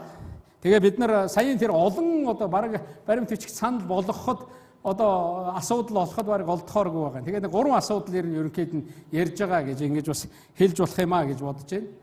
Нэг хуулийн засаглал ба авилгалтаа тэмцэх. Ер нь энэ асуудал бол манай хоёр хөршийн удирдагчид маш идэвхтэй хийж байгаа. Монгол улсын хувьд ч бидний байнгын одоо зорилго ажил байх ёстой. Нэг асуудал бол энэнийг тусгаж ирнэ ярилцчихъя гэдэг нэг ийм санал байгаа. Эмэгтэйчүүдийн эрхийн асуудал байгаа. Яг эмэгтэйчүүдийн эрх гэдэг сэдэв бол харагдахгүй байгаа. За дээр нь бол одоо энэ шинийг дэмжийе гэсэн энэ нэг ийм үг байдаг юм а, support of startups гэж. Стартап гэдэг одоо дэлхийгээр бүр хөдөлгөөн өрнөд нь шүү дээ. Бизнесийн эхэлж байгаа бизнес дэлхийгээр хэдэн мянган төрлийн бизнес болж байна. Нэгдсэн үндэсний байгууллага дээр нодон жил урайлга гарсан. Дэлхийд нийтдээ 7 тэрбум хүн байна. Тийм учраас дэлхийд нийтдээ нэгдсэн үндэсний байгууллагын оролцоотойгоор 70 мянган бизнесийг дэмжийе гэж. Монголд жишээлбэл 3 мянган шинэ санаачлаг бизнес эхэлж явах ёстой. Би хөдөө энэ талаар засгийн газар шийдвэр гаргаач гэж байгаа. Энэ чиглэл рүү хүн бүхэн анхаарах хэрэгтэй. Бизнесийг шинээр эхлүүлэх, бизнесийг шинээр хийх, шинээр харилцах, шинээр баялаг бүтээх хэдэн мянган боломж байна. Монголын залуучууд, Монголын оюун ухаантнууд, Монголын ард иргэд бол хинээс ч дутуугүй оюун ухаантай, хинээс ч дутуугүй авьяастай, хинээс ч дутуугүй боломжтой ийм улс юм аа. Тийм учраас энэ асуудлыг ер нь оруулъя. Support startups гэдэг энэ одоо санааг оруулъя гэж ингэж би бол зүтгэж байгаа. Бид нар ярьж байгаа. Энэ саналуудаа өгж байгаа. За дээрээс нэг асуудал байдаг юм. Ер нь асем дөрөв би хэлсэн нарийн бичгийн даргын газар гэж байхгүй. Хариуцдаг одоо юм байхгүй. Хариуцсан улс тэгээд ингээд хоорондоо холбоо бариад албан бус байдлаар ингэж явдаг. Ер нь зарим газар бол асемийн нарийн бичгийн дарга нарын газартаа болъё гэж санал тавьж байгаа. Зарим улсууд бол яг энэ байгаа загвараараа энэ одоо хэв загварт баригдаагүй албан бус энэ хэлбэрээр хадгалъя. Үүгээрээ л асем онцлогтой гэж байгаа. Би бол нэг харж байгаа бид нар нэг ярьж байгаа нэг дундуур шийдэл оруулъя яасан. Наад зах нь асем центр гэж байгуулвал яасан. Асемийн төв гэж нэг ийм л одоо юу бий болгоё л доо. Тэгээд тэнд яваал нэг хоёр өрөөл хэрэгтэй болно үстэй. Энэ хоёр өрөөг Монголд гаргая. Монголоос гаргачих. Би нэг олон нийтийн байгууллагатай ярьж байгаа дэмжиж гаргачих болно. Тэнд нэг 2-3 хүн л ажиллах хэрэгтэй болно. 2-3 хүний цалин Монголын жишгээр гаргачих болно. Тэр бол бүрэн боломжтой асуудал. Тэндэн дээр Монгол хүн ажиллаж болно. Асем центр гэж байгуулвал яасан. Ерөөсөө эхний 4 жилийнхэн зардлыг Монгол даая л да. Нэг их мөнгө бишээ. 2-3 бизнес улсуудтай яриад шийдчих болно. Манай ард иргэд чинь бас өвгөл өвдөг. Нөгөө өвгөл ганцаасаа гэдэг шиг энэнийг их сайн мэддэг улсууд шүү дээ. Энд бол асуудал байхгүй л гэж бодож байгаа. Тэгээд нэг асем центр гэж байгуулаад тэгээд нэг зорилго нь тэр харилцаа холбоо тогтоодог, connectivity, тэр networking хийдэг. Дээр нь миний нэг харж байгаа өөр нэг зорилго бол юу discussion, тэр mediation гэж байдаг. Тэр одоо яриа хэлэлцээр, тэр одоо зуучлалыг хийдэг. Тэр одоо ярилцах, зуучлах, бас уулзуулах тэр ажлуудыг хийж болж гин гэж харж байгаа юм л да.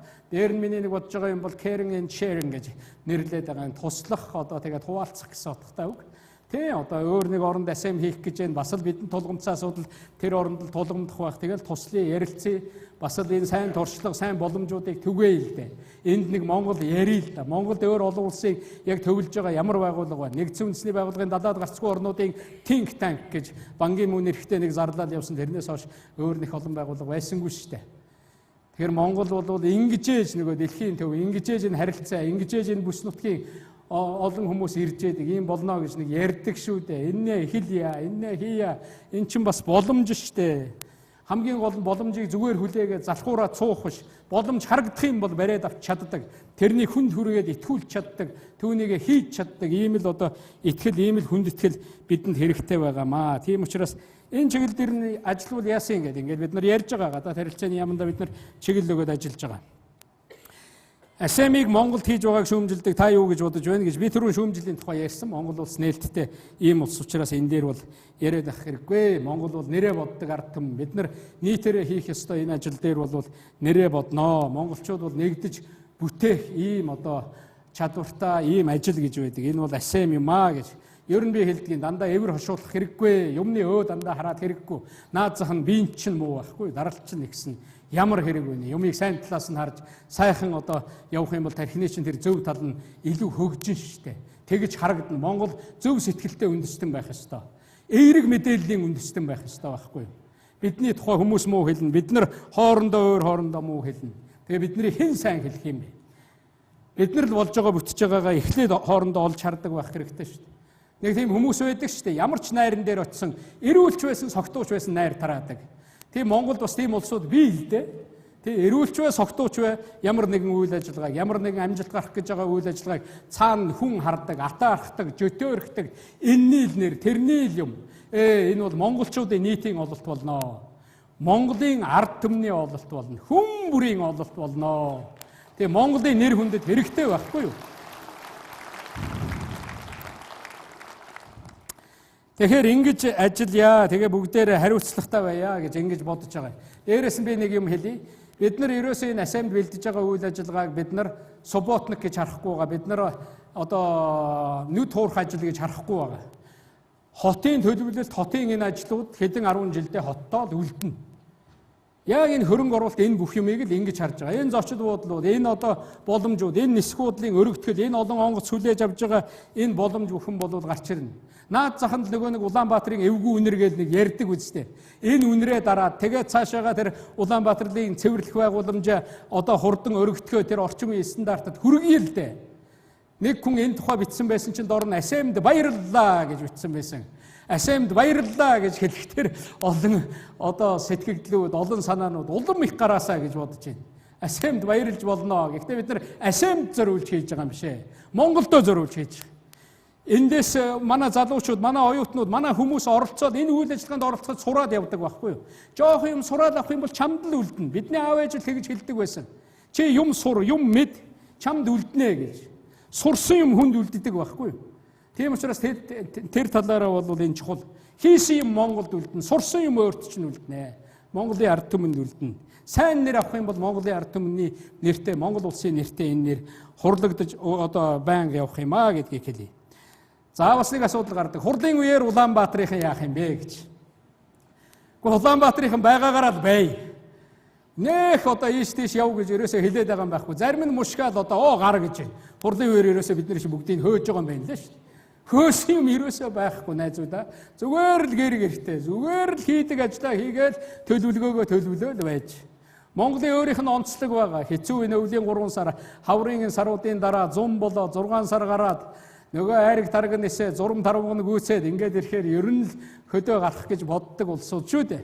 Ялангуяа наадмын дараа энэ наадам чинь нэг жоохон урт бас нэг хэдэн хоног болдог. Ингээд харах юм бол ихэнх нь л хөдөө орон нутг руу явдаг. Тэргээрээ л явж болно. Түүнээс биш элбэгд орж яв гэсэн хөөгөөд ахтай яадаг юм гээд битгий тэгээ ерөөсөө тэгсэн юм байхгүй. Байгаагаараа бай гэртээ хон явах шаардлагатай бол явж болно. Гэдгийг бас энд хэлье. Тэгээд энэ дээр нэг нэмж нэг зүйл хэлье. Энэ жил бид нар их Монгол улс байгуулагчны 810 жилийн Монгол улсын тусгаар тогтнол эрхчлөөгөө сэргээн тогтоосны 105 жилийн ардын хөвсгөлийн андуураагүй байгаа энэ чинь 95 жилийн ингээд нөгөө нэг дөрвөн их давхцсан тэмдэглэн 1024 бөхөө барилдуулна. Тэгээд барилдуулж ятал маргааш нь хурал болох гэдэг тийм ээ. Тэгээд энэ жил нэг л зохион байгуулалт хийж байгаа. 15-наас 7 сарын 15-наас 25-ны хооронд энэ аймгийн наадмууд, сумын наадмууд, хөдөө орон нутагт болох наадмуудыг наадмын дараа хийгээч гэж байгаа юм.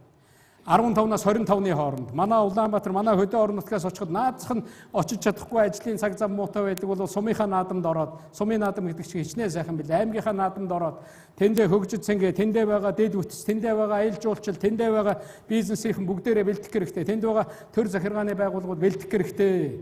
Нодон зарим хүмүүс тэр хөвсгөл рүү явсан ямар хэмжээний хүндрэл гарсныг мэдж байгаа. Энэ жил дахиад тэрнийг давтах шаардлагагүй. Бүр зарим улсууд манай хойд хөршийн одоо аялал жуулчлалын компаниуд урж ялаа шүү дээ. Данаахан хөвсгөл рүү бүгд очиж байгаа юм байна. Одоо ирэх жилээс манай байгаль нуур руу ирээрэй гэж. Бас тийшээ очиж болно. Бидэн лүү хүн ирээд ах чинь бид нар тийшээ явъя л да, тийм ээ. Одоо Оросын холбооны улс руу гарахад визгүй болцсон шүү дээ. Тэ? Өргөн харилцаатай энэ хойд хөрш хичнээн олон боломжууд байгаа билээ. Ийм учраас иймэрхүү байдлаар бас одоо ажлыг зохицуулж байгаа гэдгийг хэлье. Ямар бэлэг өгөх гэж байна вэ гэж. Одоо тэгэл хүн ирж байгаа, зочин ирж байгаа учраас одоо бэлэг бэлдэж таарна. Тэгээд чи олон төрлийн, олон төвчний хүмүүс ирж байгаа. За, ерөнхийлөгч, ерөнхий сайд гэх төр засгийн тэргүүнүүдийн хүрээнд бас нэг бодох юм байна. Сайд нар ирж байгаа, парламентын гишүүд ирж байгаа, албаны одоо хүмүүс ирж байгаа, бизнесийнхэн ирж байгаа, хэвлэл мэдээллийнхэн ирж байгаа, харуул хамгаалтынхан ирж байгаа, үйлчилгээний хэсэг ирж байгаа, ажлын хэсэг ирж байгаа гэл. Ингээд бодно. Тэгэл нэг юм өгөхөр л одоо манайхан ч задал тавиал ийм юм өгөөд байхдаа чи яах вэ энэ төр гэл ингэдэг. Ер нь бол олон талаас нь ярьж байгаад болж өгвөл Монголдоо хийсэн, Монголдоо бүтээсэн, монголчуудын хийж чаддаг юмаа л үгүй. Байгаа л юм өгсөн дээр байдаг юм аа. Нэх гялцэл, нэх үнэтэй, цайтай, нэх Монголд бүр ерөөсө багташгүй нөгөө нэг брэндүүд нэг тийм юм өгөөд тэрнийг бол хүмүүс буруугаар ойлгодог. Бид нар ч гэсэн гадагш дотгошоо явдаг. Энгийн машин цуугаад тэр улсад байгаа тэр энгийн бэлэг, энгийн юм ингээ харах бол гоё л байдгийг. Тэгээд цай ундаа бэлдээд ингээд нэг болох байлгүй дээ. Бэлгэн дээр санаа оноотой энэ чиглэлээр ажилладаг хүмүүс байвал тэгэл манай энэ ажлын хэсгийнхэнд хандал да. Бид нар одоо ярилцчил байгаа. Ер нь яг төрийн тэргүүн янз бүрийн улсууд ирвэл бас дээл өмсүүлээ, дээл бэлгэлээ гэж бодож байгаа. Намайг л тэр АПЕК-ийн хуралд очихтол бүр 2 сарын өмнө л одоо та ямар өнгийн нөгөө нэг ийм нэг хөрөм өмссөн шүү дээ, нэг ийм хагас. Ямар өнгө байх уу гэж 7-8 өнгээ уулцсан байсан. Би одоо тэр өнгүүдийн наадзахын сонгуул гэж байгаа. Эрэхтэй л тэр төрийн тэргүүнүүч мэдээд ирдэг. За нэг дээл гэж нэг юм өгөх юм байна. Бүс гэж нэг юмар орох юм байна тий. Заавал нөгөө нэг бокс чиний юу шиг нэх урдаа том толтой, нэх үнэтэй тэгэл хэдэн 10 саяын бүс тийм бишээ. Зүгээр л байдгаараа л бид нар сайхан даван дээр сайхан шүү дээ. Сайхан өнгөтэй. Бас иймэрхүү. За тэгээ морь мал тэгээ бэлгэлэх юмнуудаа бас ярьж ил байна. Ингээ болох байхаа зүгээр. Тийм ээ. Залуучуудын чуулгуулзалтанд ирж байгаа нэгэндээ бэлэг өгөл дөө. Заавал элбэгдэрж өгөөд байдгийг байхгүй шүү дээ. Парламентын гишүүд нэгэндээ бэлэг өгөл дөө. Бичдэг үзгээл өгөөч дээ. Сонин л байхгүй юу? За дараачийн нэг юм бол ер нь энэ хурлыг зохион байгуулсны ач холбогдол юу байна вэ гэдэг ийм зүйл байгаа. Би энэнийг бас энд хэлье гэж бодсон. Ач холбогдол гэдэг манай албаны хүмүүс их олон зүйл бичсэн байсан. Би ингэж харж уншсаар байгаад хинч маргахгүй байж магадгүй 5 ач холбогдол харж байгаа. Нэгдүгüүрт нь олон улсын болон энэ бүс нутгийн хурал, семинар, чуулган одоо ийм ажил хэрэгч арга хэмжээнүүдийг Монголд одоо ийм чадвах бүрэлдэхэд тусдаа гэж үзэж байгаа. Энэ дэд бүтц бий болоход тусдаа гэж үзэж байгаа. Ийм одоо итгэл бусдаас ирэхэд тусдаа гэж үзэж байгаа. Энэ бол их одоо чухал ийм зүйлээ. Би нэг юм хэлье. Аялал жуулчлал гэхээр зүгээр л нэг явж байгаа үүрэгч үүрсэн хүн гэж бодоод байдаг. Гэтэл энэ хурлын аялал жуулчлал нэгүгээр хэлбэл ажил хэрэгч аялал жуулчлал гэж байдаг байхгүй юу? Энэ том арга хэмжээний. Зарим улс орны нийслэл бол 70% мөнгө эндээс олж идэг шүү дээ. Энэ том арга хэмжээг зохион байгуулаад үйлчлэл тэр мөнгийг орхиол аваад үлдчихэдэг л да. Дэлхийд дээр ажил хэрэгч аялал жуулчлалаас жилдээ $1.80 орлого олж ийн гэж бичсэн байна лээ. Тэгэхээр энэ ажил хэрэгчийн том аялал жуулчлалын үе таалгыг Монголд нээж байгаа. Ийм дэд бүтцийг бид нар бий болгож байгаа. Ийм туршлагыг бид нар өөртөө суулгах гэж байгаамаа. Энэ ач холбогдолтой их олон хүн марахгүй болов уу гэж бодож байгаа. Хоёр нь Монголыг олон хүн улс оронд мэддэг болно. Монгол руу ирэх, Монголтой хамтрах гэж байгаа хүмүүсийн тоо Монголыг сонирхол нэмэгдэнэ л гэж. Муугаар нь ч нэмэгдэх байх, сайнаар нь ч нэмэгдэх байх. Би түрүүн хэлсэн байгаагаараа л угтаж авъя. Энийг монголчууд бүгдээрээ нийлж байгаа л хий гэж. Тэгэхээр энэ чиглэлд бол болчих байхаа гэж ингэж харж байгаа. 3 Монгол улсын олон улсын нэр хүнд байр суурь оролцоо жинг нэмэгдүүлэх боломж гэж бид нар харж байгаа. Би энэ хурлын дараа үнэхээр Монголын тухай Монголд ирээд явсан тэр хүмүүс мэддэг, үнэлдэг, хүндэтгдэг. Бид нар үнэхээр сайхан сэтгэл үлдээж чадвал тийм одоо хэмжээнд хүрч чадна гэж харж байгаа. 4 АСЕМ-ийн эх 10 жилийн одоо хандлагыг энэ хурал дээр тодорхойлно. АСЕМ үүсгэн байгуулагдсны 20 жилийн ойг бид нар тэмдэглэнэ. Нэг улсын баяраар бид нар чинь бөхөө барилдуулаад оройн одоо Чингисийн талбай дээр үйл ажиллагаа болдог. Яг тиймэрхүү үйл ажиллагаанууд болно. Улаанбаатарт байгаа хүмүүс ард иргэд маань идэвхтэй оролцох хэрэгтэй. 100 жилд Монголд олдож байгаа нэг боломж юм аа. Энэ утгаар нь бид нар нэлээд одоо хамтарч ажиллана. Энэ утгаараа Монгол улсын 2 твийн цаашлбал дэлхийн хамтын нийгэмлэгийн хөв зээг тодорхойлох асуудлыг шийдэхэд оруулж байгаа их хөв нэмэр тэрнийг ойлголцлын энэ одоо ерөнхий ойлголцод оруулж байгаа бодит түүхэн хөв нэмэр гэж ингэж хэлж болно. Энэ бол одоо том ач холбогдлоо гэдгийг бас хэлье гэж бодож байна. 5 АСЕМ-ийг эх орондоо зохион байгуулсан амжилт бол Монгол улсын нийтлэг хүн бүрийн ололт болно. Би энэнийг л хамгийн гол нь хэлэх гэсэн юм. Та бидний ололтоо. Биднийг гарахад биднийг өнгөөр ялгаж хардаггүй. Энэ тэр намын гишүү, энэ намын гишүү, энэ ийм үг хэлдэг, энэ ийм мундаг, эх орон чим тийм гэж ерөөсөө хардаггүй. Биднийг Монгол хүн л гэж хардаг. Биднийг Монгол гэдэг нэг л өнгөөр хардаг, биднийг Монгол гэдэг нэг л нэрээр нэрлэдэг юм аа. Тийм учраас энэ нэрийн ард энэ одоо ач холбогдол, энэ одоо амжилт оршоосоо Монгол хүн бүр баярлж бахархаж ингэж одоо гараасаа л гэж бодож байгаа. Монгол улсын иргэд бизнесийн байгууллагууд, олон нийтийн байгууллагууд мэрэгжлийн хамт олон сайн дурынхан ингээд нэгдээд ажиллаж чаддгийм байна, үр дүнд хүрдгийм байна гэдгийг харагданаа. Нэг гадны нэг хүн надад хэлжсэн монголчууд яг хоорондоо амар зөрчилтэй хоорондоо хязгаарч асуудлаа шийдэж чадахгүй мэт тэр асуудлыг шийдэж чадахгүй байхдаа гэж харж байтал яг суугаад ярихаараа шийдчих юм а та нар чинь.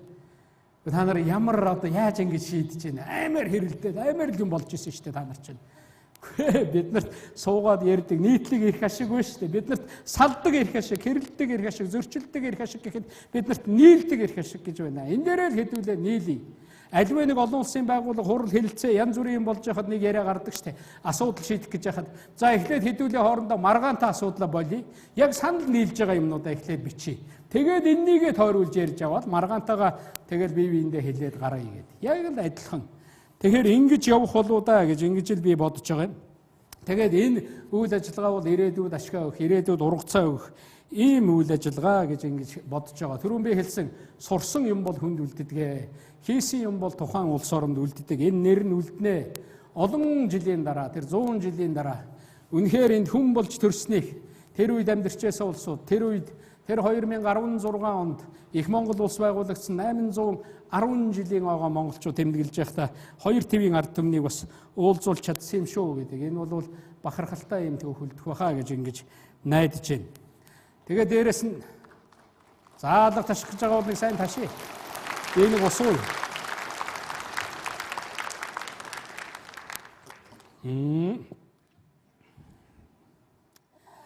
За хамгийн чухал бас нэг асуудал байгаа. Би энэ дээр ажиллая гэж үзье. За та одоо ингээд АСЕМ-ийн чиглэлээр, энэ үйл ажиллагааны чиглэлээр олон одоо асуудал ярьлаа. Хаана байна нөгөө бэлтгэл ажлын алба маань хаана байна? Бид нар ч одоо нэг тийм тэрний гудамж энэ төргээд ярихаар олдгүй улсан шүү дээ. Тэгээд нэг тийм цагаан худаг байгаа, тэрнийг тойроо тэгээд ард талаар нэг өндөр хүчлийн шом байгаа. Тэгээд явахаар тэнд байгаа гэдэг нэг барааны дэлгүүрээ хүртэл тэгж заадаг, гэрээ хүртэл тэгж заадаг. Гадаад харилцааны яамаа бүгдээрээ мэдэн шүү дээ. Тэгэхээр гадаад харилцааны яамны байранд энэ ажлын алба нь байрлаж байгаа. Энэ ажлын албаны дарга нь гадаад харилцааны одоо дэд сайд ган хуйг гэж хүн байгаа, шар ган хуйг гэж ийм хочтой хүн байгаа. Бүр өнгөөр нь хэлбэл уучлаарай. Тэгэхээр ийм шар хүн сууж байгаа. Тэр дотор нь өөр өнгийн ч хүн сууж байгаа бах тийм. Тэр хүнтэй харилцаараа би энд маш олон төрлийн манай гадаад харилцааны манай ажлын хэсэг оюутнууд бүртгүүлсэн улсууд бизнесийн маш олон хүмүүс оролцож байгаа. Би энд бүгдийг босгоод алга ташуулмаар байна. Үнэхээр энэнийг хэлснийх энд хөв нэмрээ одоо болтол оруулаад явж байгаа. Ажил амралтынхаа цагийг энд одоо зориулээд явж байгаа. Энэ бол Монголын ард түмний ажил шүү гэж үзэж байгаа. Энэ бүх сайн дурынхан, энэ бизнесийн байгууллага, энэ төрийн албаагчдаа бүгдээрээ нэг нижгэр алга ташлалтаар баяр хүргье. Би ерөнхийлөгчийн хувьд ард түмнийхээ нэрийн өмнөөс баяр хүргэж байна энэ хүмүүс. За тэгээд гадаад харилцааны яамд байж байгаа утас нь тэнд байж байна. Тэгээд бид нар бүгдээрээ мэднэ. Өөрийн гэсэн имэйлтэй ASEM Mongolia etiquette тэгээд тэр MFA CEG.gov.cgmn гэсэн имэйл байгаа. Одоо ингээд Twitter, Facebook энэ бүхнээр бас явж байгаа учраас би өнөөдөр энэ сошиал медиад идэвхтэй оролцдгийн хувьд миний Facebook-оор сая миний ярьж байгаа зүйл бүгдээрээ дамжиж байгаа. Одоо ер нь тусдаа телевиз бараг байгуулах шаардлагагүй болсон байна шүү дээ. Энэ чинь 500 мянган лайктай хүн болвол оролцож байгаа арга хэмжээгээ шууд одоо амьдээр нь дамжуулахад л тэгээд бүх үйл ажиллагаагаа хүргэж чадах нь байна шүү дээ. 120 мянган одоо дагагчтай хүн болвол тэгээд шууд хүргэж чадах нь байна шүү дээ. Тэгэхээр энэ сошиал медиа намайг итгэж дэмжиж дагдаг нийт дагагчтай бас баяр хүргье гэж бодож байна. Та нарт баярлалаа. Нэг юм жижиг реклам хийе, уучлаарай. Энэ бол өнөөдрийн нийгмийн хэвлэл мэдээлэл гэдэг бол үнэхээр дэлхийн өнгө царай олон улсын өнгө царайг өөрчилж байгаа. Гэхдээ янз бүрээр хэлдэг нийгмийн хэвлэл мэдээлэлд явагдаж байгаа тэр үйл ажиллагаа, тэр санал бодол бол нийт одоо нийгмийг төлөөлж чаддгүй маа гэж. Гэхдээ л тэнд нэлээд идэвхтэй, нэлээд одоо тийм зорилготой, ажилтай тийм хүмүүс нь бас нэгдсэн байдаг учраас энэ бол чухал энэ дэр. Үнэхээр 90 оноос өмнө нэг телевизтэй 5 одоо сонирхол байсан улс шүү дээ. Өнөөдөр Монголд юу байна? Одоо зүгээр л гэртээ сууж байгаа хүүхэд хүртэл одоо ийм хаягтай оюутан гихтэл одоо 20 хэдэн мянган дагагчтай одоо хэдэн 100 лайк тарцсан ингээд харилцаа сууж шít. Зүгээр л хүүхдийн жих гихтэл авчирэл хэдэн 100-аар нь зарж байна. Сая бууз гихтэл манайх сайн чанарын бууцгийн ийм байгаа амтлаад үзээрэй гэж байгаа л хэдэн мянган бууз зарсан л байгаа шít. Нодон лав манайхан л 6 мянган бууз зарсан. Яг иймэрхүү байдлаар танаа буузыг авъя гэдэг ингээд л ерөөс. Энэ чи ингэж амьдарч болох юм байна лээ хүмүүсээ. Тэгэхээр ийм орчин, ийм одоо боломж бол биднэрт байгаа гэдгийг хэлье. За өнөөдөр нэг сайн мэдээ гарсан хэвлэл мэдээллийн төв гэж байгуулагдсан. Дахиад хэлье Монцом агентлагийн байр. Монцом агентлагийн байр бидний сайн мэддэг төв шуудангийн ард тал руу хотын захиргааны байрны арагшаа байдаг. Жигжижавын гудамж гээд байж байгаа. Энд манай хэвлэл мэдээллийн төв байгаа. За ASEM-ийн тэр нэгдсэн хурал, нийлсэн хурал бол одоо сүүлийн үед тэр Шангрила гэдэг нэг буудал гарч байна. Тэгээд энэ олон улсын нэр хаяг стандартаа нэг юм буудал орж ирснийг энэ ингээд баригдаад ингээд ажилд нь ороход тэнд бид нар хурлаа хий гэж ингэж бодож байгаа. Гол арга хэмжээ маань тэнд болно. Тэгээд тэр ASEM-ийн тосхон гээд байгаа. Тэр ASEM тосхон гээд барьж байгаа. Ягаад барьж байгаа юм бэ гэхээр нэг төрийн, нэг улсын тэргүүн ирээд 10 хэдүүлээ нэг буудалд буудаггүй байхгүй. Та нар мэдж байгаа үстэй тий. Энэ аюулгүй байдал талаасаа, бусад талаасаа хамтарч яваад тэднийх буусан бол манайх буухгүй л гэж хэлдэг. Манайх ингэхгүй л гэж хэлдэг. Тэгэхээр эн чинь тусдаа байх ёстой. Тийм учраас л тэнд вилла гэж тэнд зүгээр л хувийн хөвчлийнхэн эхлүүлсэн тэр голфын талбай тэрний хажуугаар ингээд эхлүүлээд хувийн байшингууд бариад эхэлж байгаа юмн дээр л очоод танах ингээ хурдан бариад ингээд юу яагаад ингээ зээл мэйл банкнаас аваад ингээ чадах юм бол бид нар төр зочдоо байрлуулах гэсэн юм аа. Дэмжиж үзээч гэдэг. Тэр шинэ байрын зараагүй байхад бид нар өмнө нь хүн оруулаад явуулах гэж байна шүү дээ. Яг үндэ бол тэр бизнес дээр тэр аж ахуй нэгж дээр асар том эрсдэл ирж байгаа. Хүн ороо байцсан байр штэ гэдэг айгүй бол ярина. А яг нөгөө талд нь бид нар яриад байгаа. Оо тэр хүн байсан байр гэл наа чин бүр л үнд хөрөх байлгүй дээ гэл. Тэг ч юм уу ч юм уу бүү мэд шүү дээ. Тэ?